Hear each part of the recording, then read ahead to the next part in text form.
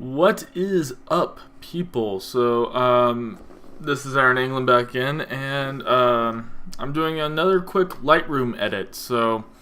Interesting thing about my image capturing software that I have on my computer, it only gives me about 15 minutes, but I figured instead of using that 15 minutes as oh, I'm so crunched for time, I only have so much, I figure it would be another great opportunity to show you how intuitive the program Lightroom is with, how fast you can get edits done. So here are some portraits that I took of my friend Tara, and I'm just going to do some really quick touch-ups, basic things, clear up her skin, change the exposures and all this stuff and whatnot. And so that's just going to be a really quick, fun thing that I do. So with this image right here, the first thing I want to do, I like this image as a black and white. So you just hit black and white button right up here, and now you can start doing the toning that you want to do. First thing I always do, I am a contrast whore.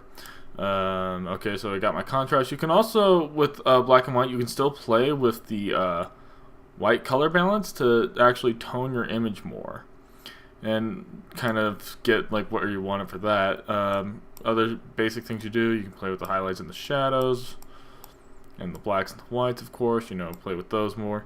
Clarity, you still got that. You don't get your vibrance and saturation, because technically what black and white does is basically put both of those things to 0. Is essentially what black and white does. So you don't get to mess with that. So let's add median. Let's keep it at linear. I want to keep some of that detail in there.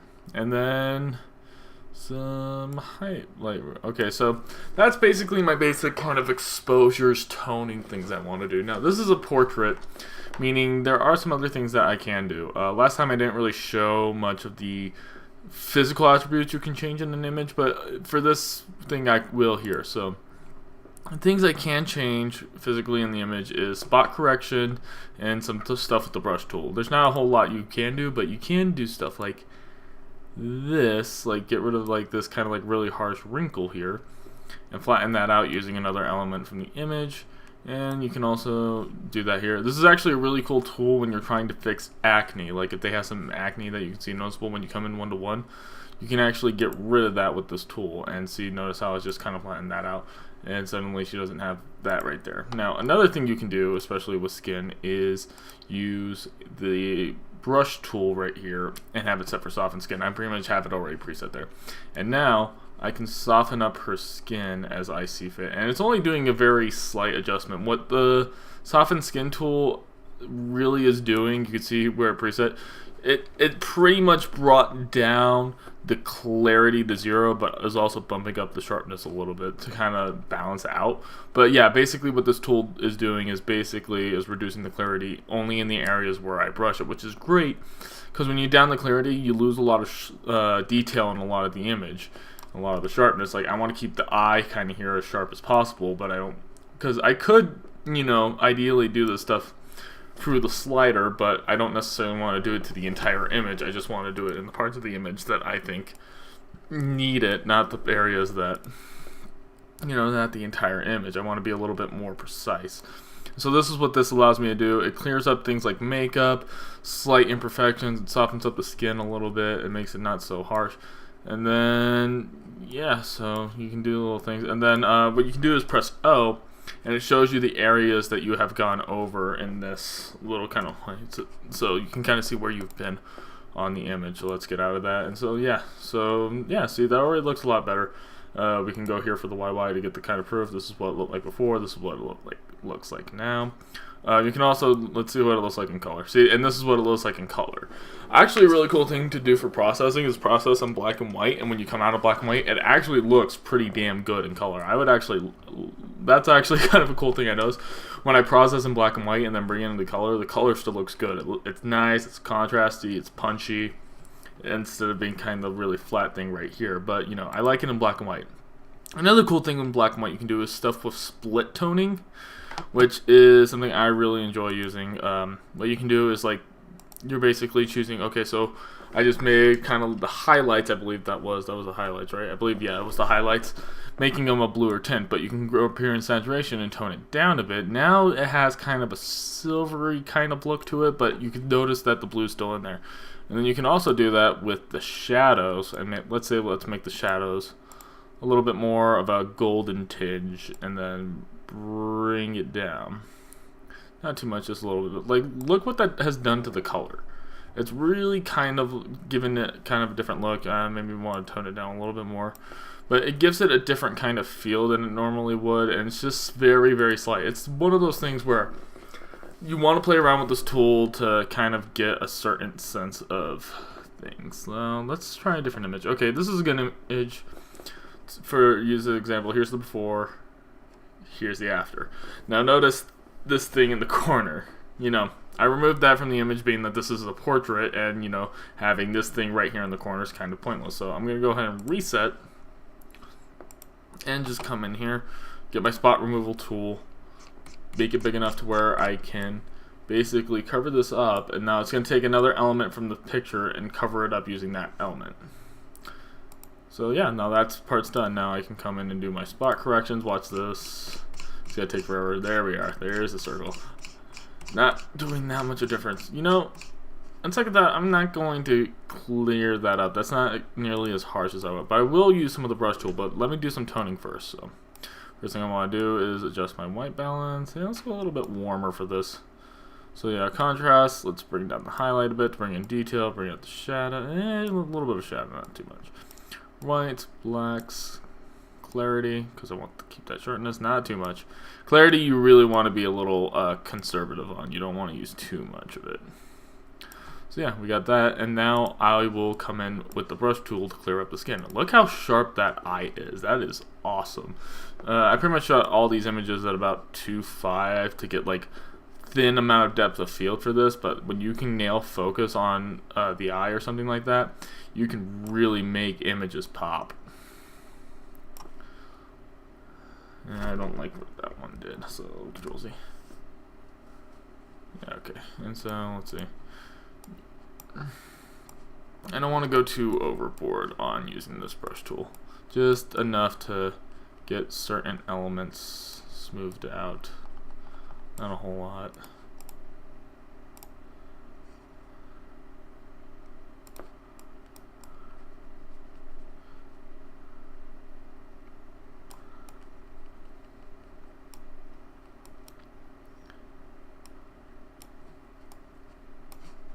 So yeah, there we go there. And yeah, so like look how much better that already looks, and I didn't have to do super major things, and I did it in roughly 2 minutes. That's really kind of the great thing about Lightroom, is that you can do really quick edits on these things and kind of just fly through. There's a lot of other images I took. Here's a cool one that I took right behind. Yeah, I'd say I did some more of that split toning thing, giving it kind of like this green gold tinge to it. And like, yeah. Oh, not what I wanted. There we go. But yeah, so like kind of just like giving this kind of gold, black and white tinge to it. But I can do other stuff in color, so like let's reset and go back to color. Okay, let's bring in my contrast like I always do. Tone down my highlight. My shadow. Blacks, whites. Okay, so let's see. What do I want to do with the white balance? Do I want to make it cooler, or do I want to make it warmer? I actually kind of like it looking a little cooler. It actually helps with her eyes, because she has amazing eyes. She has these really bright blue eyes. I misfocused on this. I think the focus is a little bit more over here. Yeah, I misfocus. You notice those things when you actually look in 1:1. Like right here, it looks like a good image, but you come in 1:1, notice I misfocus here. That's one of those things that will annoy most photographers, especially professional photographers who are selling their photos to publications. This kind of stuff will annoy them. It doesn't annoy me nearly as much, but I'm starting to notice it more and more in some photos. But it's one of those things where if you can get over it, you can get over it. But yeah, so that's just me being a little overly picky. Let's go back over to the vignetting. Where's vignetting? It's like near the bottom, I know that. There it is. Yeah. You can put in the vignetting, bring your eye in a little bit more toward her. And yeah, and so if you look at like the before and after, look how much more contrasty and punchy this is. It's here, once again, this is what you're going to get with raw files right here. You're always, when you're shooting raw, you're getting the uncompressed image as it came in the camera. The camera's not doing any work on it. It's just saying, okay, you took a raw photo, it's going straight to your memory card now. But that way you can bring it into a program like Lightroom and play with it more here and get to do really cool things with it that you want to do. But yeah, so like there's always just, and that's kind of basically what the joy of what raw files are and what Lightroom does, is that you're not necessarily doing what you would do in Photoshop with augmenting physical elements except for spot corrections and whatnot, but you're basically doing the processing work that your camera otherwise would be doing if you were shooting in JPEG. You're doing all that processing in Lightroom. You're essentially the one processing it and making sure you get the image the way you want it. And you know, there's so many different ways you can do it. There's this photo right here. Yeah, you see here where I kind of went with a more warm tinge. I can reset this and try something different. That's also a great thing. You can always come back to these images and do something that you didn't do before. You can play more with the white balance, make it warmer or cooler. You can see how you want to mess with the exposures a little bit more. You can basically just play around with it and get images the way you want them, and that's really the great thing about editing, is that, okay, you get to do this stuff. One thing I'd like to show you is kind of what I talked about with how vibrance and saturation mess with skin tones. So watch me bring up my saturation. See what that does to her skin? Her skin looks so unnatural when I brought up vibrance. It's even worse with saturation. Like, look what saturation does. Like, saturation's really, really not built for portrait photography. What I like to do is bring up the vibrance and then bring down my saturation so I can get that punchy color, but I can keep her skin tone looking at least somewhat natural. See, right here, I nailed focus a little bit more closer to her eye, and look how much more sharp that looks in comparison to that other image. Now, once again, you know, just come here with the soften skin tool. Don't do anything too major. Just kind of flatten out some of the skin and everything. Don't do anything too, you know, not trying to make her look different, just trying to make her, you know, these photos look good. That's the thing. It's not necessarily because she's a very beautiful woman, but, you know, and we want to make sure she looks good in her pictures. And, you know, I'm not changing anything else in this image, obviously. But yeah, so like that's what this image looks like. Here's like the before. I did some minor edits. Here's what it looks like now. Colors look a little bit more punchy. There's other stuff you can do in Lightroom, like with messing with colors and whatnot, but I'm not particularly doing that right now. But anyways, yeah, that's kind of like a quick example of portrait editing that you can do in Lightroom. Like, subscribe, all that good stuff. Down below is a link to a month free trial of Adobe Creative Cloud.